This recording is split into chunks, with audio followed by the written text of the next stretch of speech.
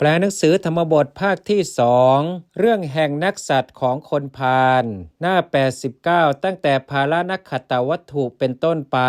ภาลนักขัตตวัตถุอันว่าเรื่องแห่งนักสัตว์ของคนพาลมายานข้าพเจ้าวุจเตจะกล่าวสถานว่าพระศาสดาวิหารันโตเมื่อประทับอยู่เชตวันเนในพระวิหารชื่อว่าเชตวันอารัพพะทรงปรารภภาลนักขัตตังซึ่งนักสัตว์ของคนพาลกเถสิตรัสแล้วธรรมเทศนังซึ่งพระธรรมเทศนาอิมังนี้อิติว่าปมาทมนุยุญชันติอิติดังนี้เป็นต้นเหตุดังจะกล่าวโดยพิสดารกิระได้ยินว่าสัมมเยในสมัยเอกสมิงหนึ่งภาลนักขัตตังนามะชื่ออันว่านักสัตว์ของคนพาลปุคเลนะอันบุคคลสังคุดถังเป่าร้องแล้วสาวัตถียังในเมืองสาวัตถี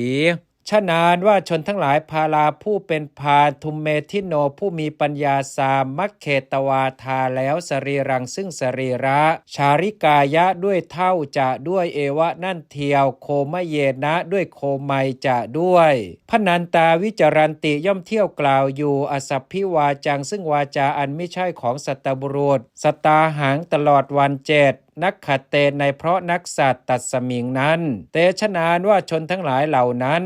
กันจิยาติงวาสุหัชชังวาปภัชิตังวาทิสวาลัชชันตานามะชื่อลัชชันตาผู้ทิสวาเห็นแล้วกันจิซึ่งใครๆคือยาติงซึ่งญาติวาหรื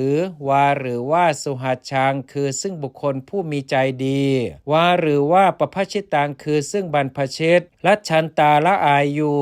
กันจิยาติงวาสุหัชชังวาปภัชิตังวาทิสวาลัชชันตานามะชื่อผู้เห็นแล้วซึ่งใครๆคือซึ่งญาติหรือว่าคือซึ่งบุคคลผู้มีใจดีหรือว่าคือซึ่งบรรพชิตละอายอยู่นัตถิย่อมไม่มีเตชะนานว่าชนทั้งหลายเหล่านั้นทัตตวายืนอยู่แล้วทวาเรที่ประตูทวาเรที่ประตูพนันติย่อมกล่าวอสัพพังซึ่งวาจาอันไม่ใช่ของสัตบุรุษมนุษย์สารว่ามนุษย์ทั้งหลายอสักโกนตาไม่อาจอยู่โสตุงเพื่ออันฟังอสัพพังซึ่งวาจาอันไม่ใช่ของสัตบุรุษเตสังชนานางของชนทั้งหลายเหล่านั้นเปเสนติย่อมส่งไปอัดทางซึ่งกึ่งบาทวาหรือว่าปาทางซึ่งบาทหนึ่งวาหรือว่ากหาปนังซึ่งกหาปณะยถาพลังตามกำลังเตชะนานว่าชนทั้งหลายเหล่านั้นขเหตวาถือเอาแล้วทนางซึ่งทรัพย์เตสังมนุษสานางครัตวาเรอัตนาลัตทังอัตนาลัตทังลัดทาง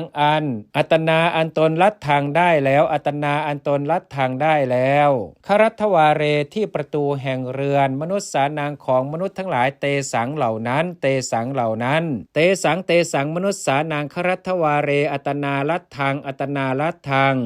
อันตนได้แล้วอันตนได้แล้วที่ประตูแห่งเรือนของมนุษย์ทั้งหลายเหล่านั้นปกรรมันติย่อมหลีกไป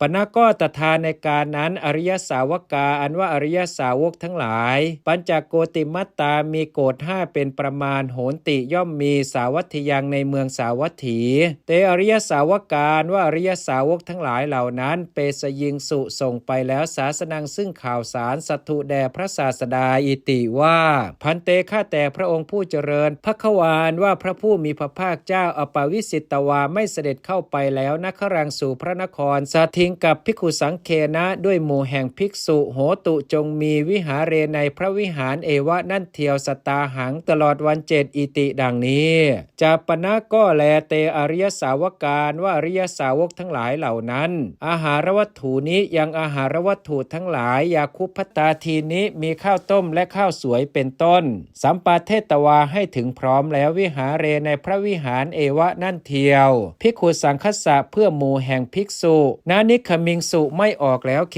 หาจากเรือนสยังปิแม้เองสตาหังตลอดวัน7ต่างนั้นปณะก็นักขเตครั้นเมื่อนักขัดปริโยสิเตสิ้นสุดลงแล้วเตอริยสาวกาอันว่าอริยสาวกทั้งหลายเหล่านั้นนิมันเตตวานิมนต์แล้วภิกขุสังฆังซึ่งหมู่แห่งภิกษุพุทธประมุขขังมีพระพุทธเจ้าเป็นหน้าโดยความเป็นประธานที่วเสในวันอัฐเมที่8ตั้งภิกขุสังฆังยังหมู่แห่งภิกษุนั้นปเวเสตวาให้เข้าไปแล้วนครังสู่พระนครทัตตวาถวายแล้วมหา ทานังซึ่งทานใหญ่นิสินนานั่งแล้วเอกมันตังณที่สุดส่วนข้างหนึ่งอาหังสุกราบทูลแล้วอิติว่าพันเตข้าแต่พระองค์ผู้เจริญที่ว่าสาอันว่าวันทั้งหลายสัตตะเจตโนของข้าพระองค์ทั้งหลายอติกันตาก้าวล่วงแล้วอติทุกเขนะโดยยากยิ่งอัมหากังเมื่อข้าพระองค์ทั้งหลายสุนันตานางฟังอยู่อสัพพังซึ่งวาจาอันไม่ใช่ของสัตบุรุษพาลานางของคนพาลทั้งหลายกันนาอันว่าหูทั้งหลายพิจนาการป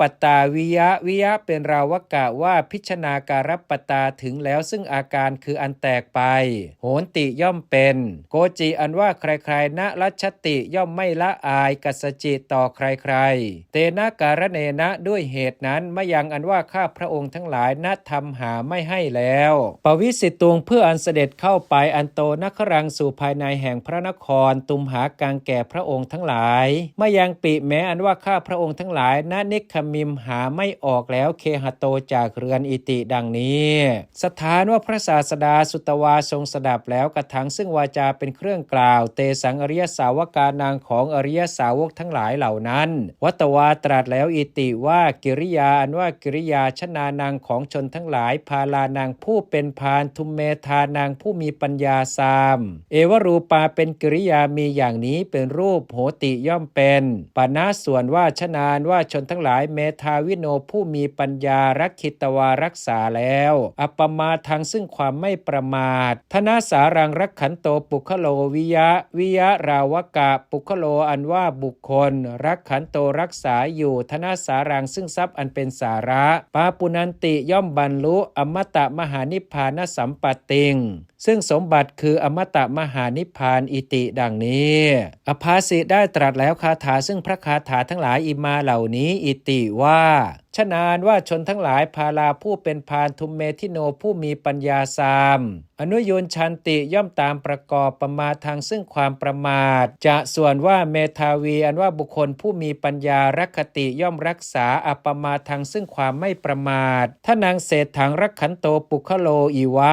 วะเพียงดังปุคโลอันว่าบุคคลรักขันโตรักษาอยู่ถ้านางซึ่งทรัพย์เศรษฐังอันประเสริฐที่สุดตุมเหอันว่าท่านทั้งหลายมาอนุยุนเชถะจงอย่าตามประกอบประมาทางซึ่งความประมาทมาอนุยุนเชถะจงอย่าตามประกอบกามรติสันทวังซึ่งความสนิทสนมด้วยอำนาจแห่งความยินดีในกามหิเพราะว่าปุคโลอันว่าบุคคลอัปปมัตโตผู้ไม่ประมาทแล้วชายันโตผู้เพ่งอยู่ปปโปติย่อมบรรลุสุขขังซึ่งความสุขวิปุลังอันไพบูรณ์อิติดังนี้